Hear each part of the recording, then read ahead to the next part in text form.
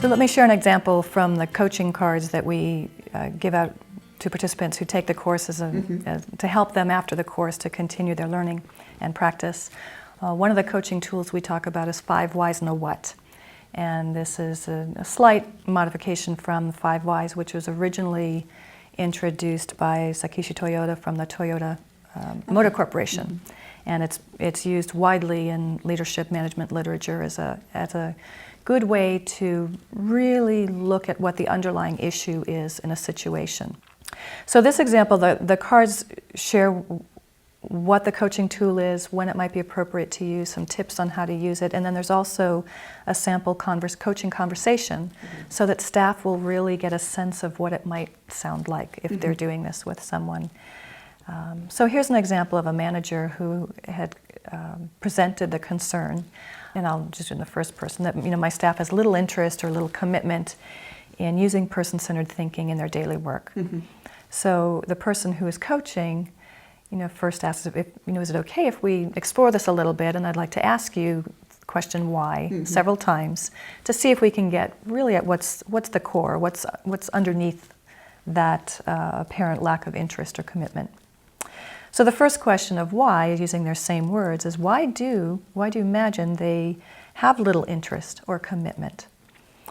And that manager responded by saying, well, they don't really see the benefit of using these tools in their work. And so asking the second why, well, why do you think they don't see the benefit in using person-centered practices? And the manager's response was, well, they don't really have a chance to experience it firsthand with the people that they're supporting it. So third why, well, why do you think they haven't had a chance to experience this with the people that they support? And the manager responded by saying, well, they don't have ready access to the templates and the tools and opportunities to practice it before going out into the community. The fourth why, well, why don't they have access and opportunities to practice? So the manager explained that the templates that we have for some of the person-centered thinking tools, they're not available in electronic format. So sometimes it's hard to put your hands on the work if you're not really comfortable and confident using the tool yet.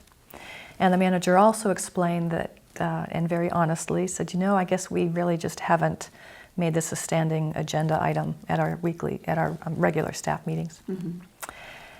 So the fifth why says, why do you think this has not been a standing agenda item? And the manager said, to be honest, I just haven't made it a priority. And they said, I think I'm not really sure how to raise this topic without my staff rolling their eyes and giving me a lot of resistance.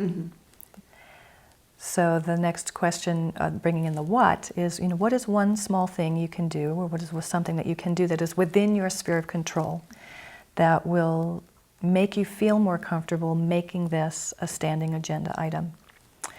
And their response was, they had several things that they responded with, the manager, and said, well, I can review the person-centered thinking resources and the cards and prepare to practice a tool at each of the staff meetings. And I can also talk with another manager to find out what they're doing with their staff that has worked for them. And they then said, and I guess I can also talk to our technology department to see if we can have the templates put online so that they'll be readily accessible for our team.